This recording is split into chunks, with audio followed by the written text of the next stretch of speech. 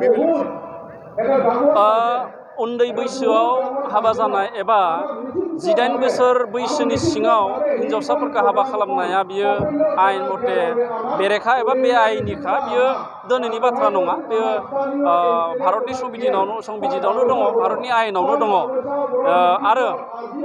उन्दै बैसोआव हाबा जायोब्ला गोबां जेंना सोमजियो न'खरनि जेंना समाजनि जेंना बायदि बायदि जेंना बे मोनसे जेंनाजों गोबां जेंना सोमजियो दा बेखायनो उन्दै बैसोआव हाबा लानायखौ जोङो गोबां आफादफ्राबो एवारनेस खालामनानै बादा होबोदों फरायसा आफादफ्रा गुबुन गुबुन NGOफ्राबो बै समाव बादा होबोदों नाथाय माखासे स्रोदै जायफोरा पुलिसनि खौरां होआलासै बा गुबुन गुबुन NGOफोरनि आफादफोरनि सिम खौरां होआलासे स्रोदै हाबा खालामखोमादों बेबायदि हाबा खालामखोमानाया सोलिगासिनो दङमोन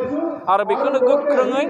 होबथाथारनो थाखाय आसाम सरकारा थांखि लादों आरो बे थांखि मथे 18 बोसोरनि उन्दैनि बैसोनि सिख्लाफोरखौ हाबा खालामग्राफोरखौ मैयानिफ्राय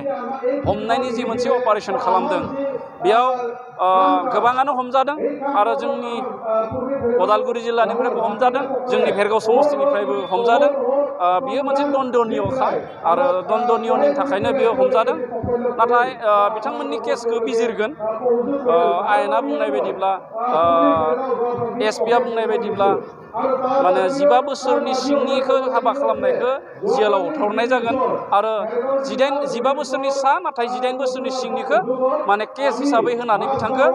माखासे तदन्त खालामनाय जागोन होननानै बुंनाय जादों आरो बे हिसाबैनो पुलिसा बा आयेननि